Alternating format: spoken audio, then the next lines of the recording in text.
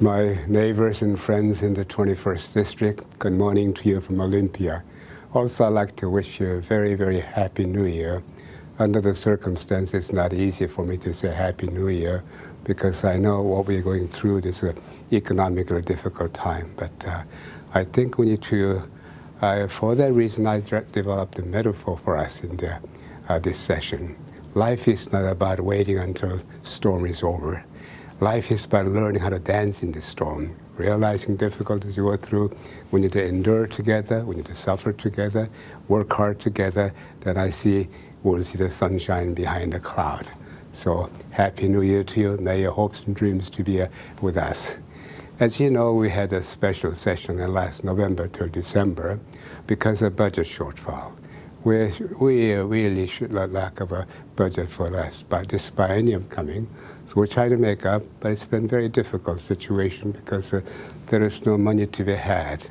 And as you know, Governor come up with a legislation that will increase a half penny on the sales tax in order to raise in the sum of about $600 million for education fund. And I respect the Governor Gregoire's idea, but to me, as an educator for the past 31 years in college, I have a special concern because in the final analysis, education is very important. So that instead of a half penny, I had a draft of the legislation increasing 1 cent, 1% from the sales tax. That'll raise about $1.2 billion. Then during the special session, if that is adopted, we don't have to increase any revenues, we don't have to increase taxes. That'll be we could balance the budget, then we could move on to a new session. But so far, it has not happened as yet.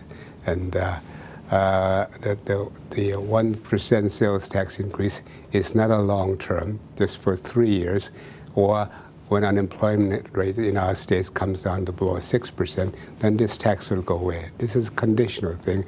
I feel this is emergency we needed in order to cope with the budget deficit in our state. And now the session is open. I've been here now for 1 week. We're just sitting in the chamber wondering what to do and where do we go from here. We're trying to find new ideas, new thoughts for that in order to mitigate the problems we have. As you know, the Supreme Court just come up with the consensus that we are not doing enough for the providing basic education for students in our states. We must not cut the education, and that's another major issue. And we're looking at all the points we're cutting in order to balance budget. How do we do? And this is a major challenge facing with us. But I hope that through our hard work and activities, in my own part, I'm going to do my best in the international trade, exports of Washington goods overseas, as I've been done for the past 20 years, to help our economy in our states, and through exporting of apples and wheat and corn and barley from our states, and also, understandably, airplane. And thanks to Boeing Airline Company, we've been doing so well, and we've been blessed to have a Boeing company in the United States. This is our hope for the future, and this will mitigate some of our financial crisis in the coming years. And one thing we're happy to see is that the federal government is also concerned about the young children for our states. It's called Washington's Apple Health for Kids. We have received the $16.9 million from federal money that they keep the children alive. And this money is to be used to educate and instruct and also encourage young people to have a dream for the future. I think this may be modicum sum, but this is a blessing to our states to keep children their first top priority in mind. And as you folks know, that I've been teaching college for 31 years. I'm a teacher, and I'm very, very concerned to me is that the lack of a funding for education. I hate to see that the universities have the tuition going up so much and they have to cut the budget. I hate to see the children of K-12 suffer because of a lack of funding. And it is my hope and prayer that we could, during this particular session, we'll find a means to mitigate this problem. And I think that the little help from the federal government will help us a great deal. Also, the governor's proposal on this half-cent tax or so if so happened that I don't usually believe in a tax increase this way, but this is hard time for us. We need to suffer together and work together and to meet the challenges of our states. And when the difficult times go away, this tax will go away too.